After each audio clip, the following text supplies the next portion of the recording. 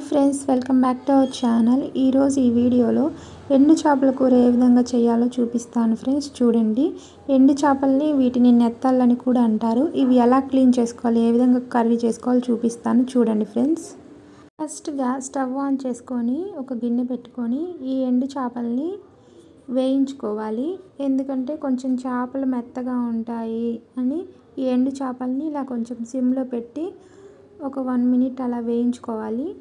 ఇలా వేయించడం వల్ల వీటి క్లీన్ చేసేటప్పుడు వీటి తల తోక అనేవి ఈజీగా వచ్చేస్తాయి. వీడియోలో ఈ విధంగా చూపిస్తున్న విధంగా వీటి తల తోక తీసేసి ఎండు చేపల్ని పక్కన పెట్టేసుకోవాలి. తల దగ్గర నల్లగా ఉంటుంది, అది కూడా లేకుండా క్లీన్ చేసుకోవాలి. ఎందుకంటే నల్లగా ఉండే అనేది కూరలో చేదు వచ్చే విధంగా చేసిద్ది.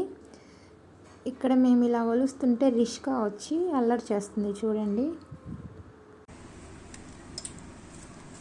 రిషికా తిరుగు నాన్న, రిషు తిరుగుతాలే.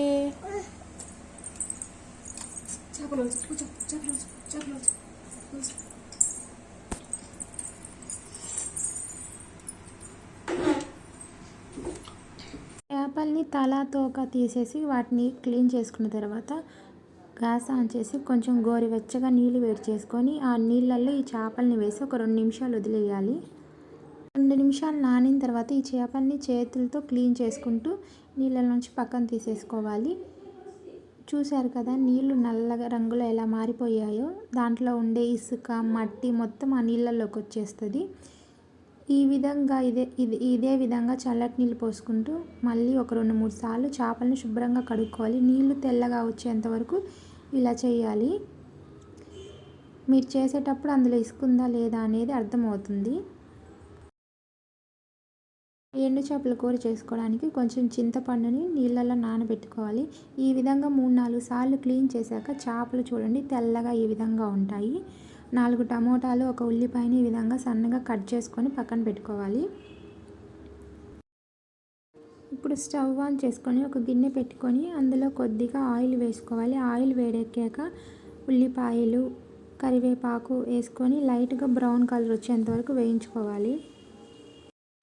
ఉల్లిపాయలు బాగా వేగాక ఇందులో టమోటాలు వేసుకొని 1 స్పూన్ పసుపు, 1/2 టీ స్పూన్ సాల్ట్ వేసుకొని కలుపుకోవాలి. ఇందులోనే 2 స్పూన్ల కారం వేసుకొని టమోటా అంతా కలిసేలాగా కలుపుకోవాలి.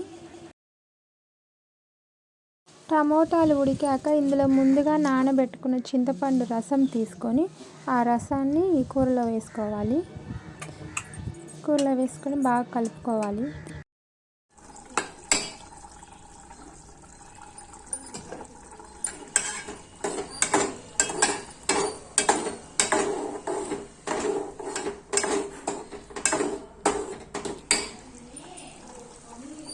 ఇప్పుడు కూరలోకి మసాలా కోసం ధనియాలు, వెల్లుల్లి, కొబ్బరి 3 కలిపి మిక్సీ పట్టుకొని మసాలా తయారు చేసుకున్న ఈ మసాలాని కూరలో వేసుకుంటున్నాను. కూరలో వేసుకొని బాగా కలుపుకోవాలి. ఎండు చేపల కూర కొంచెం చారు ఉంటేనే బాగుంటుంది. నాకు నీళ్ళు తక్కువ అనిపించాయి, అందుకని కొంచెం నీళ్ళు పోసుకుంటున్నాను.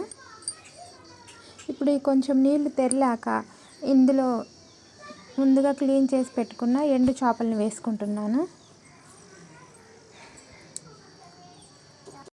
ఒకసారి కలిపేసి కూర ఇంకా మూత పెట్టేసేసుకొని మీడియం ఫ్లేమ్లో ఒక 10 నిమిషాలు ఉడికించుకోవాలి.